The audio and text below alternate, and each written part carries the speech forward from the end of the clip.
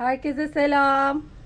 Arkadaşlar, ben bir önceki videoda bir şey yapmıştım. İzleyenler biliyordur. Saçlarımı çok kısa kestirmiştim.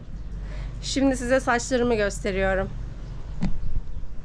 Gerçekten bu görüntüyü o kadar özlemişim ki ben hayatımın ilk defa bu döneminde bu kadar uzun saçlıydım. YouTube'a başladığımdan beri beni uzun saçlı görüyorsunuz ama ben hayatım boyunca her zaman saçlarımı ya bu kadar kullandım ya bundan biraz daha kısa kullandım. O saçları uzatmam benim 2-3 senemi aldı aslında ama saçlarımın kalitesi bozulmaya başladı. Çünkü benim saçlarım kuru, çok kuru.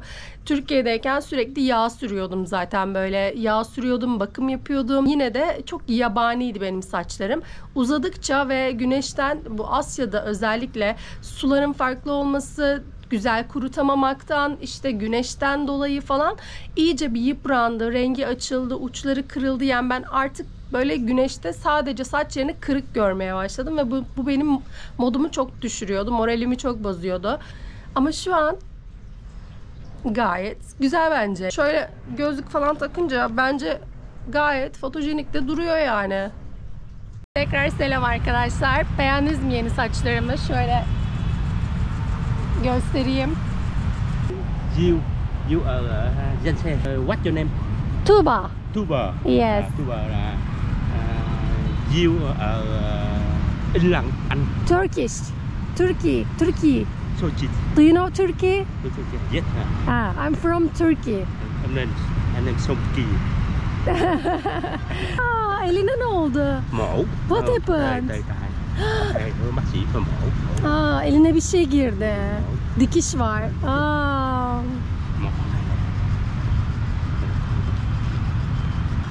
Elini gösteriyor. Eli sargıdaymış. What was Havaalanında. Singapore. Singapore. Tour du lịch Singapore. Biết là Đức. Tour du lịch Singapore. Singapur'a gitmiş, onu gösteriyor. Havaalanındaki fotoğraflarını gösteriyor. Singapur, good. Hiçbir şey anlamıyor ki. Wife? Oteldeki fotoğraflarını gösteriyor karısıyla birlikte. Casino. Money. Tiếp vào casino. Bütün fotoğraflarını gösteriyor babam gibi ya. Kuala Lumpur. Cơm đơn Ấn Độ. Malezya. Abi iyi geziyor ya. Malaysia. Malezya, I know. Cứ ngựa. Abi bayağı bütün fotoğraflarını gösteriyor şu an. Good. Singapore. Singapur bu Tour da. du lịch tour de Singapore.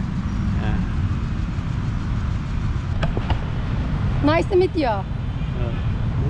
Bye bye. Come on.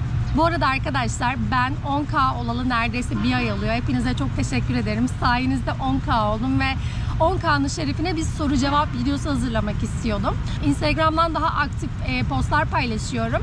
10K olduğum gün Instagram'da bir soru cevap düzenledim ve 10K olduğumda Instagram'da bir soru cevap düzenlemiştim. Onların SS'lerini aldım. Bir de dün akşam böyle video çekeceğim diye, sorularınız var mı diye ve son bir toparlayayım diye tekrar bir soru cevap kutucuğu bıraktım Instagram hikayeme ve hepsinin ekran görüntülerini aldım. Bugün o soruları sizlerle birlikte yanıtlayacağız. Umarım beni net bir şekilde duyuyorsunuzdur. Öncelikle şöyle ben bir çay aldım, size göstereyim. Şöyle bir çay, Yaseminli yeşil çay. Hemen açayım çayımı. Gelen ilk sorumu okuyorum. Kanalın umarım hızlı büyür. Benim sorum ise dünya turundan önce ne iş yapıyordun? Yani arkadaşlar galiba en çok merak edilen sorulardan biri de dünya turundan önce ne iş yaptım? Bu amca yine geldi elinde Coca-Cola'yla bana kola almış. Red Bull and cola. Okay, Red Bull. Thank you. Come on. No, Come on. Yes. Come on. Come on. Thank you, yes. Abi ya, yapıştı adam, video çekemiyorum. Cheers. Allah'tan içeceğin ağzı kapalı, yoksa hayatta almazdım.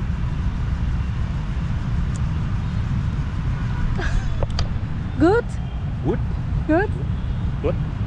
Number one. Demin ortadan yok olmuştu. İçecek almaya gitmiş ya. Bak geldi yine. Gidiyor. Oh şükür. Neyse arkadaşlar, ben bir soru cevaba başlayamadım ya. Ya aslında şöyle bir şey var. Ben çocukken, ta oradan başlayayım.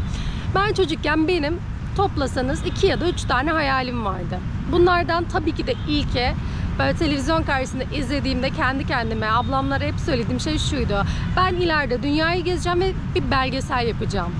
Ya benim videolarımda bu kadar detay olmasının sebebi de o aslında ya. Ben bir gün belgesel çekmeyi ya da bir fotoğraf sergisi açmayı, umarım bir gün fotoğraf makinesi alacak param olursa, o kadar çok istiyorum ki size anlatamam. Yani ben zaten oldum olası gezi belgesellerinin fanıyım yani. Gülhan'ın Galaksi Rehberi vardı burada, kulağı çınlasın Gülhan Şen'in.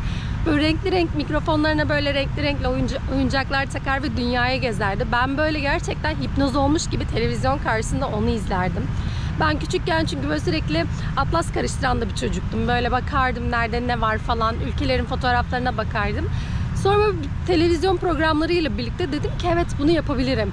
Daha sonra ikinci hayalim de moda tasarımcısı olmaktı. Ama ben ne yaptım? Gittim üniversitede çalışma ekonomisi ve endüstri ilişkileri okudum. Çünkü ailem beni dershaneye yolladı. Güzel sanatlar atölyesine yollamak yerine. Mezun olduktan sonra ise çok fazla iş aradım. Mezun olduktan sonra artık iş aradığım bir dönemde dedim ki bari böyle reklam sektörüyle alakalı bir şey yapayım. Çünkü çevremde ablam da medya sektöründe çalışıyor ve dedim ki yani belki burada kendimi geliştirebilirim ve bir CV hazırladım.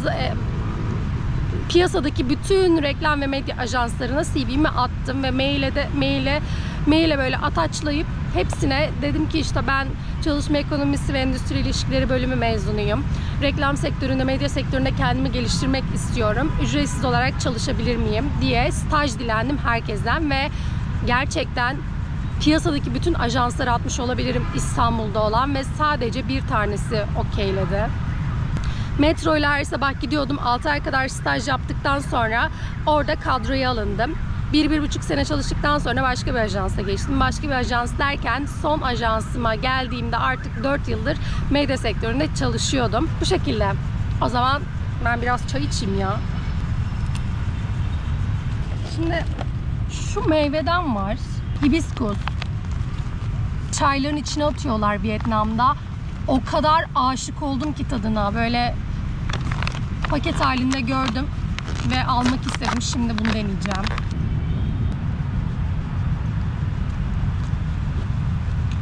İkinci soruda bununla bir önceki soruyla bağlantılı, dünya turuna çıkmaya nasıl karar verdin? Dediğim gibi zaten herkesin verdiği klasik bir cevap ama bu benim gerçekten hayalimdi ve çocukluk hayalimi gerçekleştirmek istiyordum. Son işimden de yani kiraya çıkacak kadar ve kendi başıma yaşayacak kadar iyi bir maaş almıyordum ama aileyle yaşadığımda ve hiç alışveriş yapmadığımda biriktirecek kadar da orta segmentte bir para alıyordum. Diyordum ki kendime çalışırken para biriktireyim, işte yıllık izinlerimde, bayramlarda başka ülkelere gideyim ya da paramı biriktireyim bir dil kursuna gideyim diyordum. En sonunda işte dünya turuna başlamadan, dünya turuna çıkmadan bundan 3 ay önce falan bu dil kurslarını araştırdım ve böyle totalde Türk parasıyla 180 bin lira gibi bir şey, yani sadece 12 aylık dersler. Ondan sonra böyle duvara baktım bir süre ve sonra ablama dedim ki ben bilet alacağım, gideceğim, işi bırakacağım dedim. Yani o kadar anlık oldu ki, çünkü zaten ben son zamanlarda yani evet işime odaklıydım ama günde 12 saat evden çalışıyorduk korona yüzünden. Bilgisayarı kapatıyorum, duvarı izliyorum, ağlamaya başlıyorum. Düşünüyorum, diyorum ki hayatım böyle mi gidecek benim ya? Başkasının şirketinde çalışıyorum. Günde 12 saatime sadece tuvalete kalkıyorum. 2 kere falan. Günde 12 saatimi başkası için bilgisayar başında harcıyorum. Gözlerim bulanık görüyor. Omzumda stres ağrıları var falan. Hafta sonumu güzel geçiremiyorum çünkü pazartesi günü 3 günlük data çekmem gerekiyor falan. Böyle düşünüyorum, ağlamaya başlıyorum. Ben hayatımı bu şekilde harcamak istemiyorum. Benim tek hayatımda tek amacım vardı. Ben değiştim. Her şey değişti. Değişmeyen tek amacım vardı. Dünyayı gezmek, yeni kültürler görmek. Ben bunu yapacağım dedim. Zaten şu an kazandığımla ben ne kiraya çıkabiliyorum, ne istediğimi alabiliyorum. En azından en kötü ne yapabilirim dedim ablama. 2-3 ülke görür, geri dönerim dedim. Tekrar bir iş bulurum dedim. Bir deneyeceğim ama dedim ve tek yön Hindistan'a biletimi aldım. Neden Hindistan'a aldım? Çünkü en ucuz bilet oydu. Hayatımda hiç yurt dışına çıkmamıştım. Hayatımda hiç yurt dışına çıkmayan biri için ilk ülkenin Hindistan olması biraz insanlar tarafından böyle karşılandı. Nasıl ya, nasıl cesaret ettim falan ama bilmiyorum, ben çok tehlike kısmını düşünmedim. Çünkü Hindistan'la alakalı o kadar çok video izlemiştim ki bileti aldığımda. Gittiğimde zaten hiç yabancılık çekmedim diyebilirim. Böyle sanki her yeri biliyormuşum gibi, insanları biliyormuşum gibi. Yani dünya turuna çıkmamda aslında çocukluk hayalimin yanı sıra iş stresi ve ne yapmak istediğime artık çok net biçimde karar vermiş olmam etkili oldu. Ve dünya turuna çıkmak isteyenlere de önerim bu. Ya da herhangi bir şey için. Yani eğer bir şey yapmak istiyorsanız, kafanıza o soru işareti düştüyse tek yapmanız gereken böyle karşınıza kendinizi alıp ben aslında ne yapmak istiyorum? Bunun cevabını verebiliyor olmak.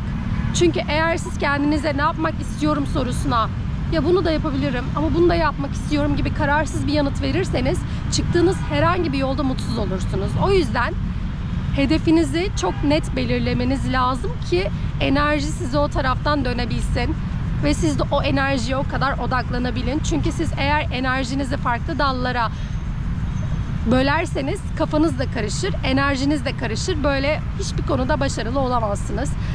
Bu soruyu da bu şekilde cevaplamış olayım. Yani dünya turuna çıkmak istiyorsanız ya da herhangi bir şey yapmak istiyorsanız size tavsiye edeceğim tek şey kendinizi gerçekten tanıyın. Oturun kendinizle bir konuşun yüksek sesle ve bu benim çok yaptığım bir şeydir. Bir hayaliniz varsa kendinizi karşınıza alıp oturup cesurca her şeyi bütün detaylarıyla sen bunu yapıyorsun ama bunu yapmıyorsun. Bunu yapabilirsin ama buna cesaretin yok. Biraz bu alanda kendini geliştirmelisin gibi öz eleştiri ve yapıcı ama kendinizi düşüren değil. Eğer kötü bir huyunuz varsa da kendinizce bunu çözecek şekilde kendinizle konuşmanız ve bir karara varıp hareket etmeniz lazım. Yani sürekli bir şeyleri ertelemek çok sıkıntı. Benim Hindistan'a bileti bu kararı verdiğim günün ertesi günü alma sebebim buydu. Çünkü ben biliyorum haftaya alırım ya, ucuzlasın alırım, işte belki promosyon çıkar alırım deseydim ben başlayamazdım. Saç kesme konusunda da öyle bu arada. Eğer kafanızdan bir kere saçınızı kesmek geçtiyse bunu sürekli düşünmek yerine gidin kestirin abi. Kökü sizde. Ne olabilir ki ya? Ne olabilir yani? Karakterin mi eksiliyor? Saçın gidiyor, uzayacak, sende kökü. Bakarsın, beslersin, uzar yani. İyi beslenince güneşteyken uzuyor zaten.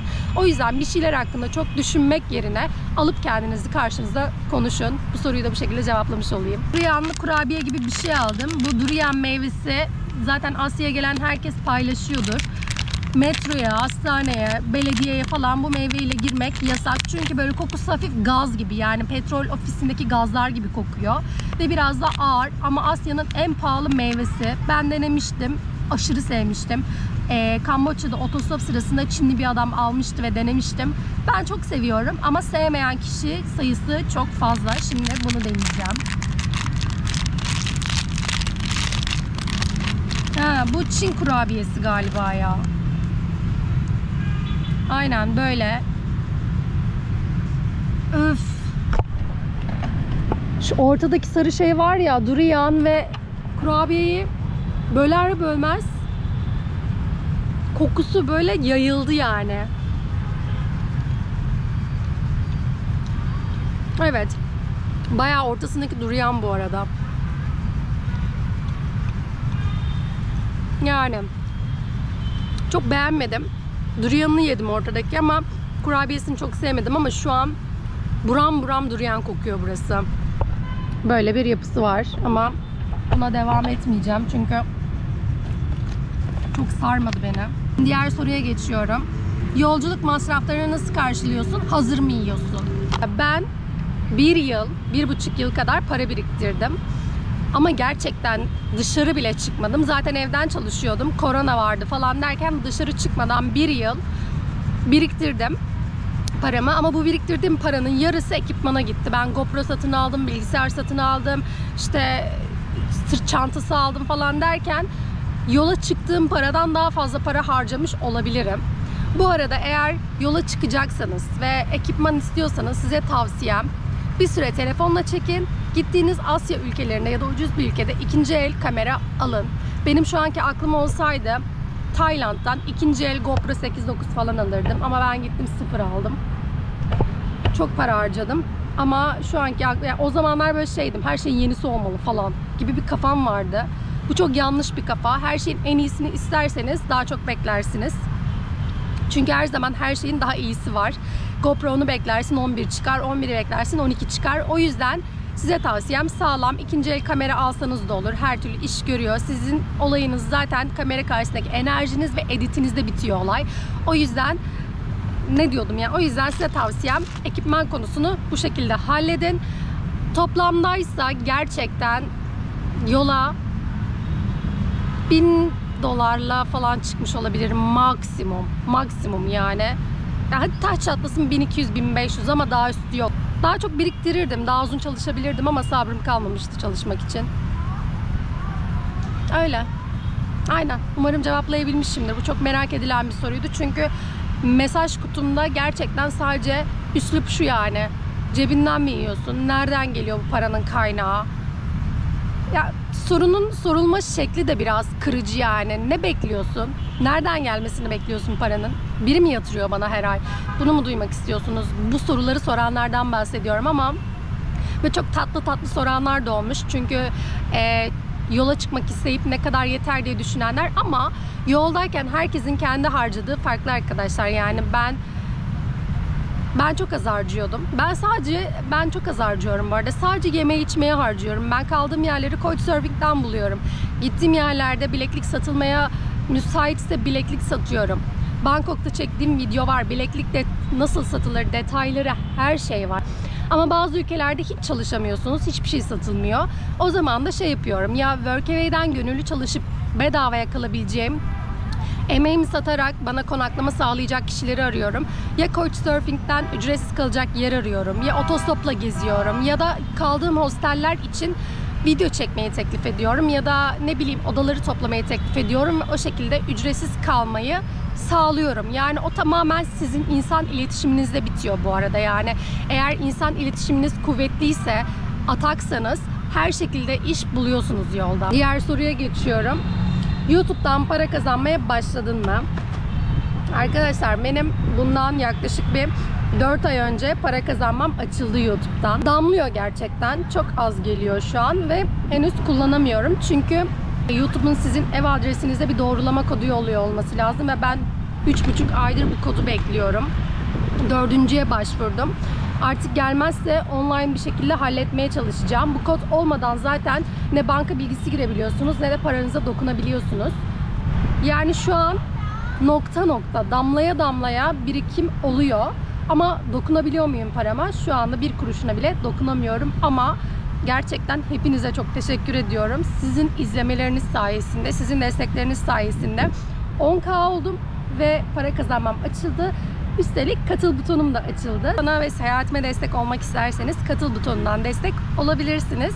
Dedikten sonra diğer soruma geçiyorum. Bir diğer soru aileyle alakalı klasik olarak. Aileni yalnız seyahat için nasıl ikna ettin ya da ailesinin yalnız seyahati sorun yapanlar için önerilerin nelerdir? Evet, ben Hindistan biletimi aldığımda annemle babam Covid sebebiyle biraz uzaklaşmak istediler ve 6 ay kadar memlekete gittiler. Memlekette yaşıyorlardı, bahçe işleriyle falan ilgileniyorlardı ve benim Hindistan bileti aldığımdan haberleri yoktu. Onlar beni evde çalışıyor sanıyorlardı. Daha sonra ama ben şey diyordum annemlere hep akılları kalmasın diye Covid'den sebep. Diyordum ki ben işte yurt dışına çıkacağım, bir müddet yurt dışından çalışacağım falan diye böyle yolunu yapıyordum sürekli. Çünkü annemle babam her zaman böyle sen otur kariyerini yap, işte işini kur, evine çık kafasında oldukları için bu konularda böyle çok da böyle destekleyici değillerdi başlarda. Ama ablam ve kardeşim en başından beri destekleyen, hatta ablam bana sürekli olarak derdi ki ne zaman gideceksin, ne zaman dünya turuna çıkacaksın, sen yapabilirsin diye benim en büyük destekçim ablam, sonra kardeşimdir. Yani hayatınızda görebileceğiniz en destekçi insanlar diyebilirim. Destekçi insanlar. Neyse. Böyle her konuda arkamda olduklarını bilmek beni gerçekten çok rahatlatıyor. İkisini de çok seviyorum. Neyse ben yola çıktım. Daha sonra YouTube'a videolar yüklemeye başladım ve annemle babam izlediler bunu. Daha sonra annemin verdiği tek tepki şu. Güzel. Babamsa ağlamaya başladı ve ben buna çok şaşırdım. İşte kızım seninle gurur, ablam videosunu çekmiş izlerken. Kızım seninle gurur duyuyorum falan diye. Yani bu adam sorsam, bileti almadan önce sorsam hayır oturduğun yerde falan derdi. Videomu izlediği an ağlamaya başladı ve böyle kızımla gurur duyuyorum falan dedi. Ben de şaşırdım çünkü babamla hiç böyle bir tepki görmemiştim hayatım boyunca. Bu açıdan böyle pekiştiren bir şey oldu. Şu an düzenli olarak videolarımı izliyorlar. Hatta annem düzenli olarak WhatsApp'tan ses kaydı atıyor. Beni ne zaman alacaksın yanına? Ben de geleceğim, ben de gezeceğim diye. Böyle şu an çok şeyiz yani. Çok büyük destekleri var arkamda. Hatta her videomu izliyor. Annem her videoma yorum da yapıyor ve ben buna çok şaşırıyorum. Babam memleketteyken böyle benim seyahat fotoğraflarımı akrabalara falan gösteriyor. Bu hiç beklemediğim tepkiler gerçekten. Ama güzel. Çok mutlu etti bu beni yani. Ben daha farklı bir tepki bekliyordum ilk videomu izlediklerinde ama şu anda tamamen arkamdalar. Çünkü bana sonsuz güveniyorlar. Bunu da yoldayken öğrenmiş oldum. Evet, kamera açısı sürekli değişiyor. Kusura bakmayın ama böyle paketleri çünkü elime alabilmem için sizi oraya koyuyor olmam lazım. Şimdi bir de tuzlu bir şeyle devam edeceğim. Yumurtalı soslu ıstakoz cipsi, Lay's'in. Biliyorsunuz bu markalar hangi ülkedeyse o ülkenin kültürüne, mutfağına göre değişiklik gösterebiliyorlar. Burada da böyle deniz ürünleri ve suşili cipsler çok yaygın Asya'da.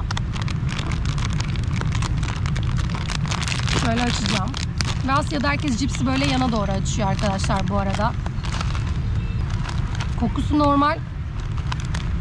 Kokusu normal bizdeki ketçaplı cips gibi.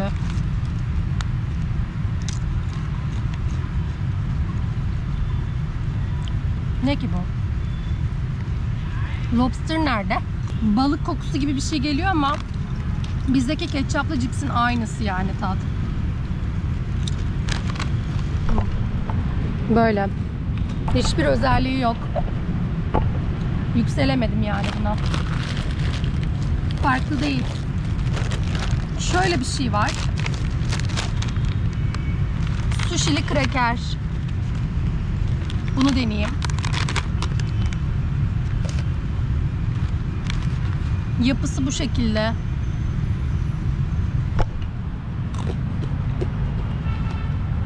Ha, bunlar ne kadar boş şeyler ya.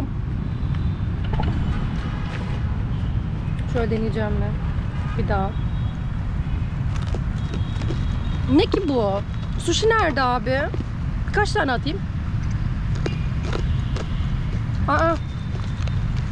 Sushi tadı almıyorum ben bundan.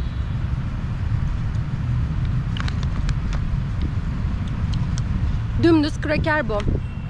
Kokusu da dümdüz kraker. Sadece çok çıtır bir kraker yani. Bundan da ben hiçbir tat alamadım. Bu parkta da demin reklam falan çekiyorlardı. Bayağı ekip vardı. Çok sinek var ya. Çimlere oturacaktım normalde rahat rahat ama sinekler rahat bırakmıyor. Bir de sürekli her yeri suluyorlar. Çok sinek olduğu için sanırım. Oturamadım. O yüzden banka oturmak zorunda kaldım. Kameramın açısı sürekli o yüzden değişiyor. Şimdi diğer soruya geçelim o zaman. Neyse, diğer konu şu. Bunu benim yakın arkadaşlarımdan Emre sormuş. Buradan öpüyorum. Kendisi Fethiye'de yaşıyor. Yola çıkarkenki Tuğba, şimdiki Tuğba farkları nelerdir? 10 puan demiş. 10 puan kazanacağım soruyu şu an cevaplıyorum. Ben Türkiye'deyken abi aşırı gergin bir insandım. Yani ya bu tabii iş stresiyle de, gelecek kaygısıyla da alakalı. Çünkü yapmak istediğim şeyler vardı ama asla bunun böyle nasıl yapılacağını tam kestiremiyordum. Hep böyle maddi sebeplerden dolayı bir böyle şeydim. Kendimi durdurmak zorunda kalıyordum. Ve böyle iş stresinden kurtulmak için benim düzenli olarak yaptığım ve bayıldığım tek şey yürümektir abi. Çıkardım böyle düzenli olarak her hafta sonu bir kahve alırdım ve abartmıyorum günde 30-35 bin atardım yani.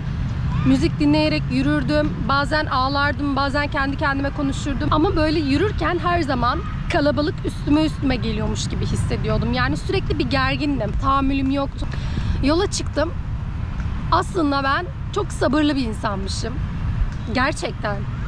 Hindistan'da bunu çok iyi anladım. Hindistan'ın o kaosunda, o bakışlar altında tek başınıza hayatta kalmaya çalışırken çok şey öğreniyorsunuz. Ben 8 aydır yollardayım. Hiç sinirlenmedim. Bazen yükseliyorum. Evet. Ya, bazen yükseliyorum evet ama saman alevi gibi. Yani zaten içkinder bir insan değildim ama öfkeli bir insandım. Öfkem uzun sürerdi. Artık hiçbir şey sinirlenmiyorum. Ve şunu fark ettim kendimde. Düşüncelerimi artık yönetmeye başladım. Yani hislerimi, tepkilerimi artık yönetebilmeye başladım. Çünkü buna mecburum abi. Yalnızım çünkü. Yani eskiden eve geliyordum. Evdekilere sinirleniyordum. Onlar hep beni pohpohluyordu. Çünkü aile yani, anladınız mı? Ablam zaten dünyanın en sakin, en tatlı insanı. Sürekli böyle şey diyordu. Seni bizden başkası çekmez falan. Böyleydi. Türkiye'de böyleydim. Ve nazımın onlara geçtiğini bildiğim için de şımarıyordum açıkçası. Ama şu anda şımarabileceğim kimse yok. Kendim bile kendime bazen yeri geliyor tahammül edemiyorum ki başka 7 kat yabancıdan bunları artık bekleyemezsiniz. O yüzden yoldayken olgunlaşıyorsunuz. Ya da gerçek kendinizi keşfediyorsunuz. Benim de keşfettiğim şey şu. Ben aslında sakinmişim. Çevre beni kötü etkiliyormuş. Ben süperim yoksa. Neyse yani yani öfkeli bir insan değilmişim. Sadece hislerimi kontrol altına alabilmem gerekiyormuş ve bunu çok güzel artık kontrol edebiliyorum. Bazen depresyona giriyorum. Özellikle Bali'deyken bunu çok hissetmiştim. Ama bu süreçte de durmam gerektiğini fark ediyorum. Duruyorum, kendimi kapatıyorum. Ama sonra diyorum ki, abi sonsuza kadar böyle mi gidecek? Ne yapacaksın yani? Şu an Bali'desin. Hadi her şey kötü gidiyor abi. Paran yok. Okey. Keyfin yok. Ama yani hayat böyle bir şey zaten. Her zaman mutlu olamazsın ki. Kim her zaman mutlu olmuş? Dünyanın en zengin insanı bile sürekli mutlu değil. Dünyada her şeyi yapabilen insan bile sürekli mutlu değil. O yüzden böyle şımarmamayı öğrendim ve baktım ben pozitif düşündükçe gerçekten istediğim her şey oluyor. Enerjiye o kadar inanıyorum ki size anlatamam. Yani daha önce hep şey diyordum. Aynen ya, enerji çekim yasası falan. Harbiden böyle bir şey var. Bak gerçekten var. Bir kere çalıştırmaya görün yani. Çünkü ben genelde keyfim çok bozuk olduğunda yine çıkıp yürüyorum. Burada da yürüyorum. Yani gittiğim ülkelerde de çok yürüyorum. Ve yürürken böyle gökyüzüne bakıyorum ve yüksek sesle konuşuyorum. Bunu öğrendim yoldayken bu arada. Yani yüksek sesle gökyüzüne bakarak konuşmak. Yani orada bir yaratıcının olduğunun farkındayım gerçekten ve o yaratıcıyla konuşmak, yeri geldiğinde şükretmek, yeri geldiğinde dertleşmek gerçekten iyi geliyor. Bu video aşırı uzun olacak, haberiniz olsun. Çünkü sohbet videoları, ben bazen çok konuşurum, bazen hiç konuşmam. Şu an çok konuşuyorum. Ve şöyle bir şey aldım. Ne olduğu hakkında hiçbir fikrim yok. Bu buzdolabındaydı, şimdi çok ısındı. Bunu soğuk yemek lazım aslında. Taro meyvesi bunun içindeki bu arada, yani şöyle bir meyve. Çok tatlı bir rengi var diye aldım. Rengi böyle lila. Kardeşimin en sevdiği renk olduğu için aldım. Ve içini böldüğümüzde de şöyle taro meyvesi çıkıyor. Güzel bir şey olduğunu asla düşünmüyorum. Dışı hamur bu arada, yani ekmek. İçinde de meyvenin püresi var. Güzel bir şey olduğunu asla düşünmüyorum ama rengi lila diye aldım. Şimdi bunu deneyeceğim. Aynen öyle. Şöyle. Saçma sapan bir şey. Bu Asyalıların yediği şeyleri hiç anlamıyorum zaten.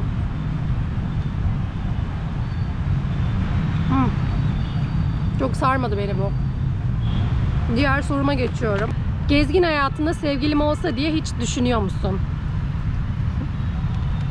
Ne gezgin hayatımda ne de önceki hayatımda sevgilim olsun diye hiçbir zaman çabalamadım. Özellikle seyahatim sırasında yalnız olmayı ne kadar çok sevdiğimi, başına buyruk olup böyle anlık kararlar vermeyi ne kadar çok sevdiğimi fark ettim. O yüzden şu an aslında bir sevgilimin olması beni daha da zorlar. Türkiye'deki hayatımı düşündüğümde o zaman bile daha çok imkanı vardı bunun. Ama ben şu an çok o kafada değilim. Abi şu soruya bakın. Sesim çok güzel. Sokaklarda şarkı söylemeyi hiç denedim mi? Benim hayatım boyunca özgüvensiz olduğum tek konu sesim. Ben konuşurken sesim çatallaşır. Çok heyecanlıysam mesela iş mülakatlarına giderken sesim kısılır. Ya böyle sesimi, hatta ben bunun için doktora bile gittim. Dedim ki lütfen doktor bey ses tellerime bir bakar mısınız? Nodül falan var mı? Yani ne bileyim, benim sesim normal değil. Sürekli çatallaşıyor. Adam bakmıştı kulak burun boğaz, dedi ki yani ne burnunda yamukluk var ne de ses tellerinde nodül var. Hiçbir şey yok ama bu bazen kadınlarda olan bir sorun. Strese girdiklerinde kadınların sesleri bazen çatallaşabiliyor ya da gidebiliyor. Sende de sanırım o var. Yani tamamen psikolojik dedi.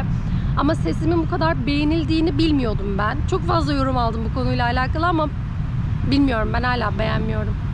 Bakın mesela şu an çatallı. Hissediyorum yani. Öyle. Teşekkür ederim ama sesimi beğendiğin için. Sim kartı işini nasıl hallediyorsun diye sormuş. Yani bu arada arkadaşlar, eğer bir ülkede bir ay ya da bir aydan fazla kalıyorsanız sim kartı almanızı tavsiye ederim ben. Çünkü aksi türlü gerçekten işiniz çok zorlaşıyor. Her yerde internet bulamayabiliyorsunuz ya da ne bileyim gittiğiniz bir yerde aniden bir araştırma yapmak zorunda kalıyorsunuz. İnternet lazım. Ama size tavsiyem şu olur. Havaalanlarından almayın.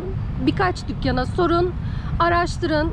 En iyisi hangisi ise ve en ucuz hangisi ise onu alın. Ben genelde bir aylık sınırsız interneti olan, SMS ve araması olmayan hatları alıyorum. Yani şöyle yapıyorum. Boş bir sim kart alıyorum. Sonra diyorum ki, bu daha ucuza denk geliyor bu arada. Boş bir sim kart alıyorum. Daha sonra diyorum ki buna sınırsız internet yapar mısınız? Böyle olunca paket olarak daha ucuza denk geliyor. Ama siz adama derseniz işte bana içinde sınırsız internet olan sim kart verir misin? O zaman fiyatı 2-3 katına çıkar. O yüzden önce gittiğiniz ülkelerde lokal yerlere inerek birkaç dükkana sorarak boş sim kartı alın. Daha sonra da ona sınırsız internet yükletin ya da ne bileyim günlük 10 GB falan yükletin. Böyle, ama sim kartı alıyorum her gittiğim ülkede. Regl ve epilasyon olayını nasıl hallediyorsunuz? Ben en çok onu merak ediyorum demiş. İşte kadınlar yola çıkmak istediğinde genelde bu detaylara takılıyorlar. Ben hiç takılmamıştım aslında. Çünkü ben çalışırken epilasyona gitmiştim. Eğer böyle tüyünüzün, kılınızın olmasından rahatsızsanız ve uğraşmak istemiyorsanız ve bir işiniz varsa bence bir epilasyon bütçesi ayırın. Çünkü ilerleyen hayatınızda çok büyük yararı var. Ben bir yıl boyunca çalışırken tek masrafım buydu zaten. Yani ne kıyafet aldım ne dışarı çıktım. Ama düzenli olarak her ay lazer epilasyona gidiyordum. Tüm vücut olacak şekilde. Tamamen bitmiyor tabii lazer epilasyonda. Ne kadar giderseniz de bitmiyor. Ama tüyleriniz seyrekleşiyor. Ve mesela atıyorum bir haftada çıkan kol tüyleriniz atıyorum 2 ayda falan çıkıyor. 1 ayda çıkıyor. Sizin tüy yapınızla alakalı bir şey ama ben şu an yoldayken yeri geliyor 2 ay hiç bacaklarıma ve kollarıma dokunmuyorum. Ama baktığımda böyle bebek tüyleri gibi oluyor. Ama tabii 3-4 ayı beklersem o zaman çıkmaya başlıyor. O zaman da ben jilet kullanıyorum. Çünkü eğer lazer epilasyon yaptırdıysanız ya da yaptırıyorsanız vücudunuza kesinlikle ağda sürüyor olmamanız lazım. Ve jilet kesinlikle tüylerinizi kalınlaştırmaz arkadaşlar. Ben siyah tüylüyüm, görüyorsunuz, esmerim falan. Ve gayet de bütün vücuduma, koluma, bacağıma jilet kullanıyorum. Ama epilasyonun da yararı var tabii. Hiçbir şekilde, epilasyona giderken de öyleydi. Hiçbir şekilde tüylerim kalınlaşmadı. Bu bir şehir efsanesi. Diğer konuya gelirsek de regl olduğumda ise gittiğim her ülkede pet bulabiliyorum. Çünkü dünyadaki bütün kadınlar regl oluyor arkadaşlar. Nasıl ama? Öyle yani. Pedler bu arada Asya'da gayet ucuz. Türkiye'de bir pet 45-50 lira artık. Belki daha fazladır şu an. Ne kadar bilmiyorum ama Asya'da ben 20-25 liraya alabiliyorum şu an. Yani her yerde var. En küçük köylerde bile var. Çünkü en küçük köylerde bile kadınlar yaşıyor. Öyle. Bunu da böyle cevaplayayım. Çok merak ediliyordu. Bir diğer soru, kaç litre çanta öneriyorsunuz? Yani ben şu an 50 litre çanta kullanıyorum. Decathlon'dan almıştım. Yani çantanız, yani Decathlon'a giderseniz işte bel desteği güzel olacak herhangi bir çantayı alabilirsiniz. Zaten siz yola çıkarken o çantayı böyle 15 kiloya kadar dolduruyorsunuz ama yoldayken 10 kiloya kadar düşürüyorsunuz, merak etmeyin. Ama ben şu an 50 litrelik kadın çantası kullanıyorum. Son olarak da en çok gitmek istediğin ülke sorusuna yanıt vereyim. Bütün ülkeleri görmek istiyorum. Bütün kültürleri görmek istiyorum ama böyle gotik, yağmurlu ve yeşil ülkelere ayrı bir zaafım var. O yüzden İskoçya, İngiltere, Prag, Norveç falan, o taraflar benim çok ilgimi çekiyor. Ben yağmur çok seven bir insanım. Ben güneş insanı değilim, yaz insanı değilim. Ve yağmurlu, hafif gotik eserlerin olduğu yeşil bir ülkeye gitmeyi ve hatta orada yaşamayı çok isterim. Bu şekilde. Şöyle her şeyi de açtım. Abur cuburlarım böyle.